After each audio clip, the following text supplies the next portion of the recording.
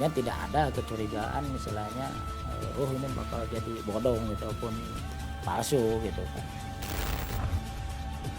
Ada kwitansi, sejumlah kwitansi senilai 105.200.000. Artinya, faktanya sampai dengan saat ini sudah ada 1.052 kepala keluarga rumah sakit yang masih banyak punya paradigma sebagai bisnis orang sakit, bukan dalam konteks pelayanan orang sakit yang baik sebagai mitra BPJS.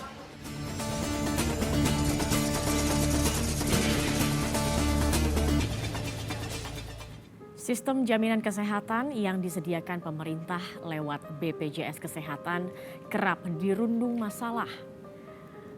Belum selesai beragam keluhan masyarakat akan pelayanan. Kini muncul kasus-kasus BPJS palsu. Kasus ini melengkapi munculnya laporan adanya calo-calo pengurusan BPJS yang bergentayangan di tengah masyarakat. Sorotan tajam pun diberikan. Mampukah BPJS melayani jutaan pesertanya? Berikut penelusuran tim Realitas mengenai sejumlah masalah yang menyertai pelayanan BPJS Kesehatan.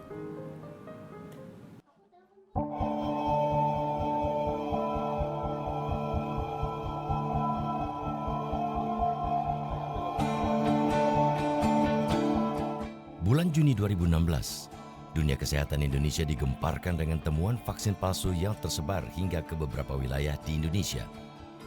Diperkirakan ada ribuan bayi yang terkena dampak vaksin palsu yang sudah diproduksi oleh sindikat pelakunya sejak tahun 2003.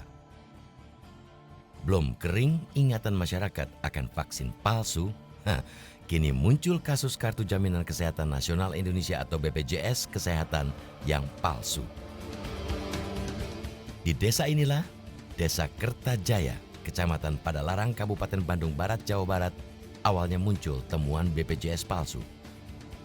Akhirnya, Juli 2015, tim Realitas mendatangi desa di Bandung Barat ini. Kami menemui Agus, Ketua Rukun Warga 20 Desa Kertajaya. Meski ia merupakan seorang Ketua RW, Agus ternyata menjadi korban penipuan BPJS palsu. Pria yang berprofesi sebagai satpam ini bercerita ikhwal penipuan yang ia alami. Dari awal mulai 100.000 atau 100.000 ya? Iya, semua juga tidak ada ditambahin. Saya juga istilahnya tidak nambahin, tidak berani nambahin. Jadi boro-boro misalnya, oh ini ditambahin dari 100, 120 tidak. Makanya tidak ada kecurigaan istilahnya, oh ini bakal jadi bodong gitu ataupun palsu gitu kan. Agus tak sendiri. Ia bersama ratusan warga desa ini menjadi korban pembuatan BPJS palsu.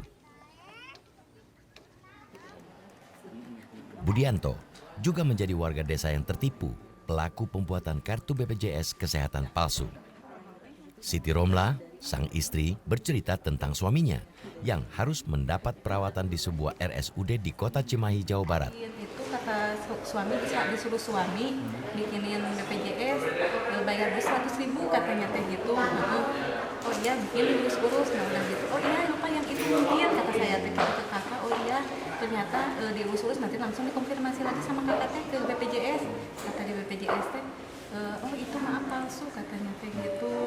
Sekitar 230 warga desa ini mengalami hal yang sama, memiliki kartu BPJS Kesehatan yang palsu.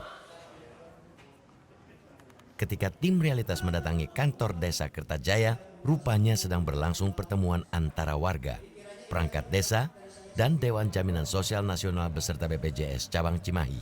Karena ketidaktahuan masyarakat cara pembuatan kartu BPJS tahun 2015. Supaya Bapak aparat desa sudah tahu kepada masyarakat bisa menyampaikan, oh Anda belum punya kartu, oh Anda mungkin, oh Anda punya kartu tapi belum menyelesaikan kewajibannya. Jadi memang ujung-ujungnya adalah BPJS melalui aparatnya dengan masyarakat ini ada komunikasi yang ya katakanlah efektif lah gitu bahasanya. sedikit biasa hanya mau apa? Rupanya ratusan warga di desa ini tertipu kartu BPJS palsu karena tergiur iming-iming mendapat pelayanan berobat gratis menggunakan kartu BPJS. Ternyata 100.000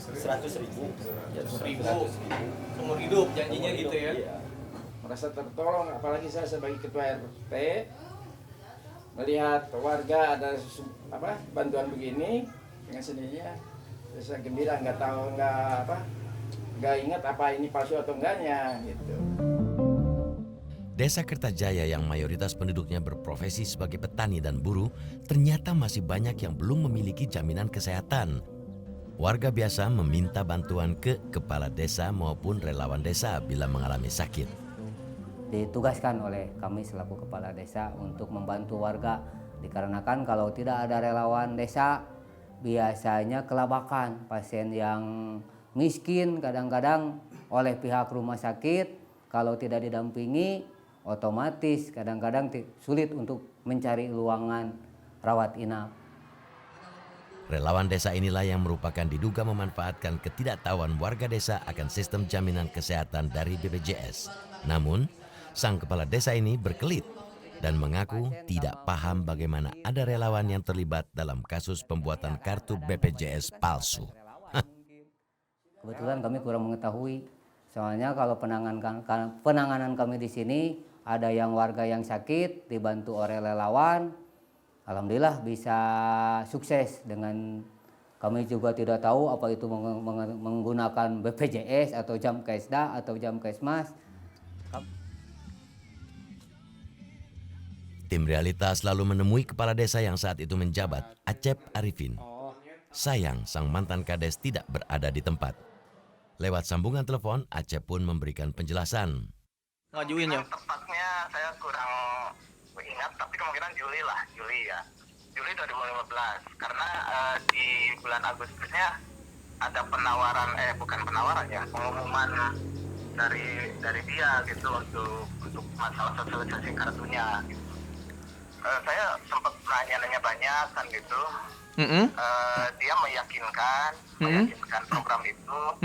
Oke lah, karena memang pertimbangan kemanusiaan waktu itu warga desa Kertajaya masih banyak yang belum tercover dengan program kesehatan. Saya persilahkan Pak Ujang untuk menyampaikannya ke masyarakat. Polres Cimahi sudah menetapkan 3 tersangka kasus pemalsuan kartu BPJS yang ternyata merupakan relawan Lembaga Pemberdayaan Masyarakat Rumah Peduli Duafa di Kabupaten Bandung Barat. Modus yang mereka gunakan adalah menawarkan pembuatan kartu BPJS dengan membayar hanya 1 kali bayar iuran sebesar Rp100.000 per kepala keluarga dan dijanjikan mendapat pengobatan gratis menggunakan BPJS seumur hidup.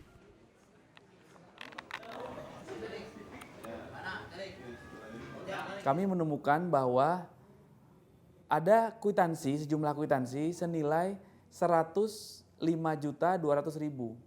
Artinya, faktanya sampai dengan saat ini sudah ada 1.052 kepala keluarga yang menjadi korban tindak pidana penipuan yang dilakukan oleh yayasan ini, oleh tersangka AS dan US.